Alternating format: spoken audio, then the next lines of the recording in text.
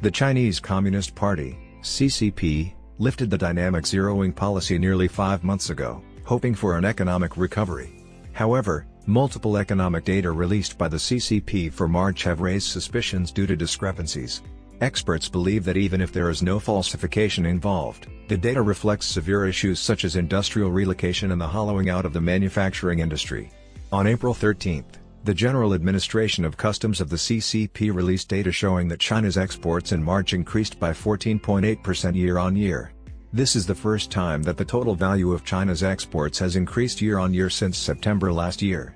On April 11, the National Bureau of Statistics of the CCP released data for the March Consumer Price Index, CPI, and Producer Price Index, PPI.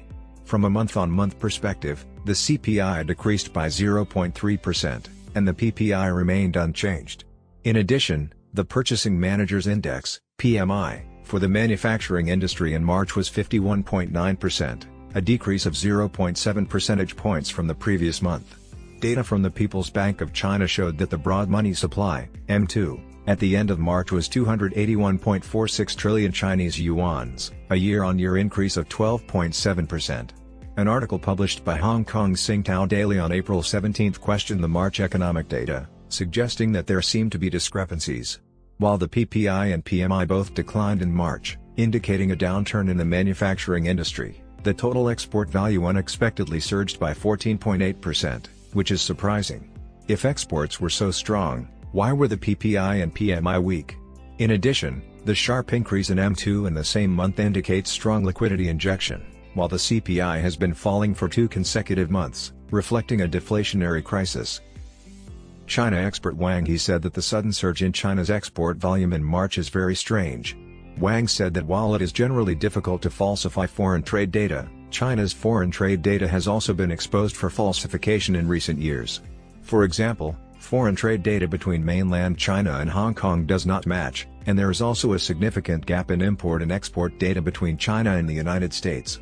In June 2019, the United States confirmed its own data, showing that the U.S. trade deficit with China was nearly $420 billion in 2018, causing huge losses to American workers, farmers, ranchers, and businesses.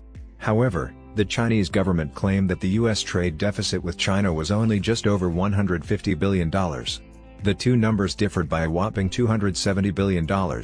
Sun Guoxiang, an associate professor in the Department of International Affairs and Business at the University of South China, said that there is a possibility of data falsification by the Chinese government. For example, when reporting data, various provinces in China often have situations where they cannot match the central government's total numbers. In addition, sometimes the central government's statistical data has already been reported, but some provinces have not yet reported their data. Sun said that if data falsification is not considered, the changes in these indicators involve geopolitical and economic factors. In the era of globalization, the correlation between these data was very accurate. If it is a direct proportion, they will appear at the same time. If it is an inverse proportion, they will also appear at the same time. However, now they are often affected by geopolitical and economic factors, resulting in inconsistencies. For example, the sudden surge in China's export trade volume needs to be seen in terms of which countries or regions have had a significant increase in exports. According to official data from the Chinese Communist Party in March, China's exports to Southeast Asian countries increased by 35.4% that month, exports to Africa increased by 46.5%. While exports to Russia increased by 136.4%. In comparison, China's exports to the United States decreased by 7.7%, exports to Japan also decreased by 5%. Exports to the European Union increased by only 3.4% year-on-year, the first time in 5 months.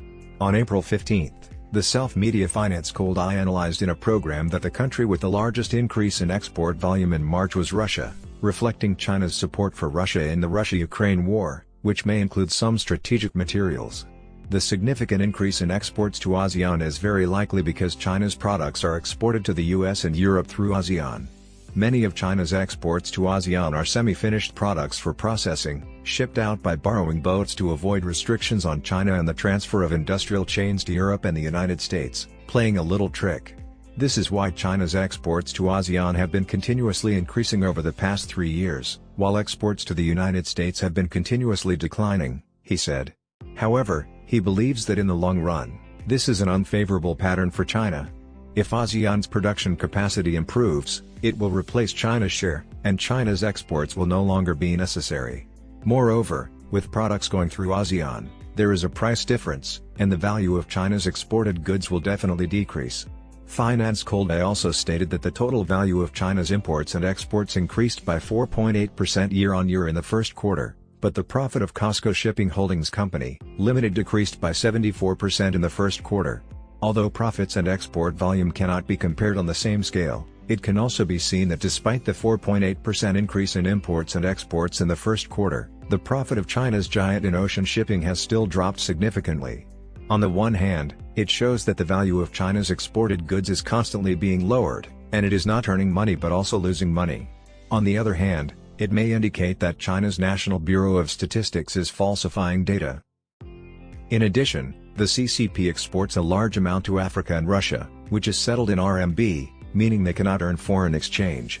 Financial and economic observers said, this is under the condition that the CCP's Statistical Bureau did not falsify the data.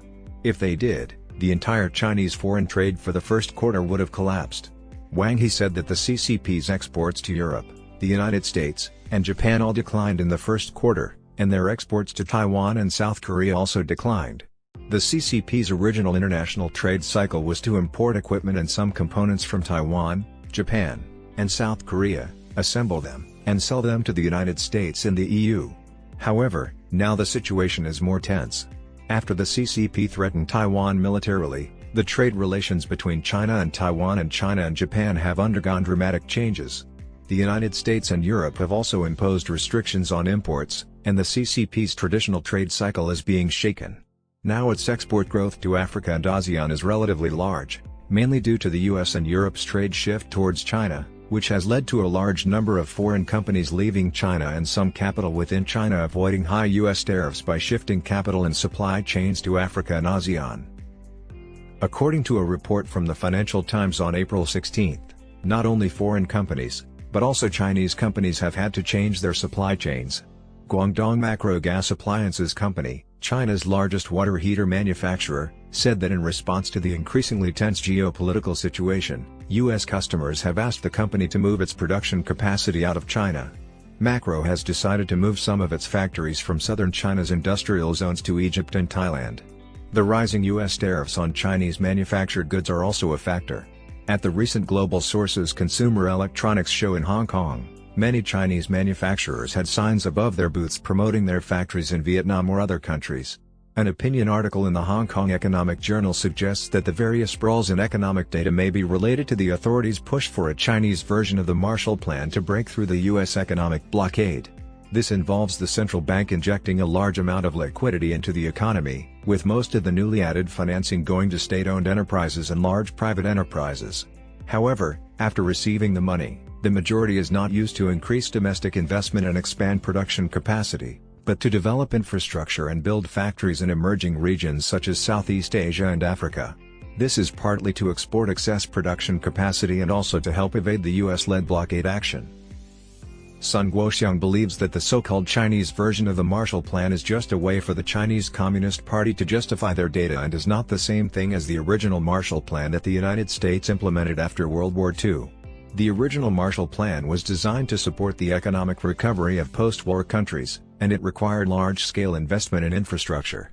However, the infrastructure investments that the Chinese mainland is making in other countries through the so-called Belt and Road Initiative have resulted in corruption and failed projects in different countries. However, he believes that the idea of a Chinese version of the Marshall Plan can be used as an explanation for the contradictory and confusing statistics provided by the Chinese government. When providing this data, the Chinese government may only be using some of the data to support their claims, as there may be some off-the-books deals in foreign relations that utilize foreign exchange reserves. It is difficult to find clear information about these deals, but with regards to the data, we may have to discount it by half or even more than half.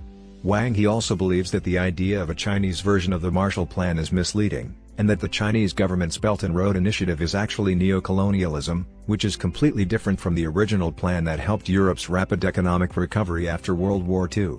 The Chinese government has thrown money at the Belt and Road Initiative, but in reality it has caused huge debt crises and corruption in the countries involved.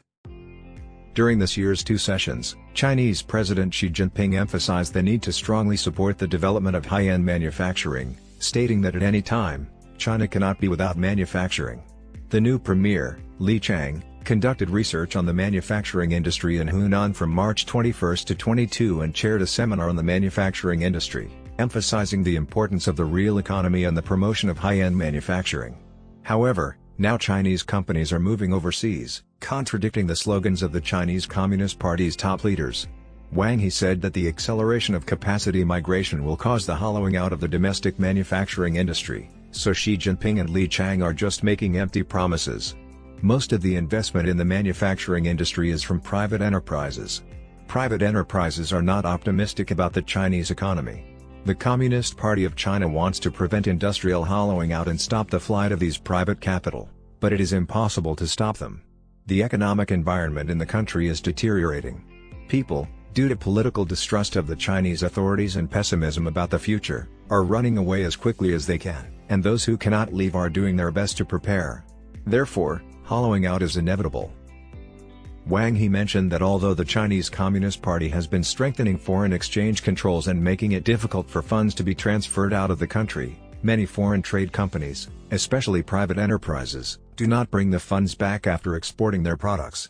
Instead, they invest directly overseas or engage in other transactions.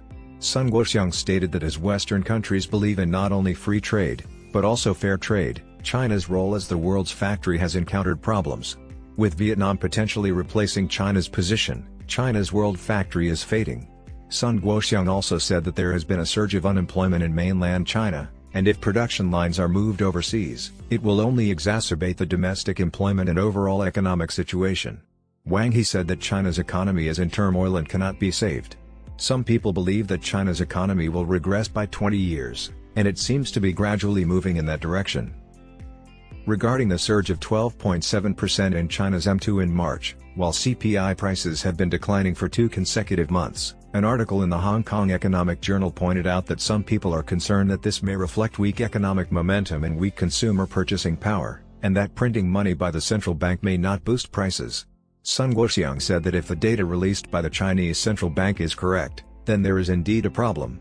He said that mainland China originally wanted to boost the economy through domestic demand because of problems with exports. However, the fundamental problem now is the lack of consumer confidence.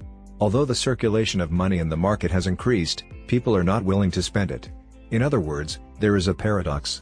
Monetary restrictions have been relaxed, but there is no increase in consumer power, Sun Guoxiang said. This reflects that the Chinese people are conservative or even pessimistic about the future of the economy.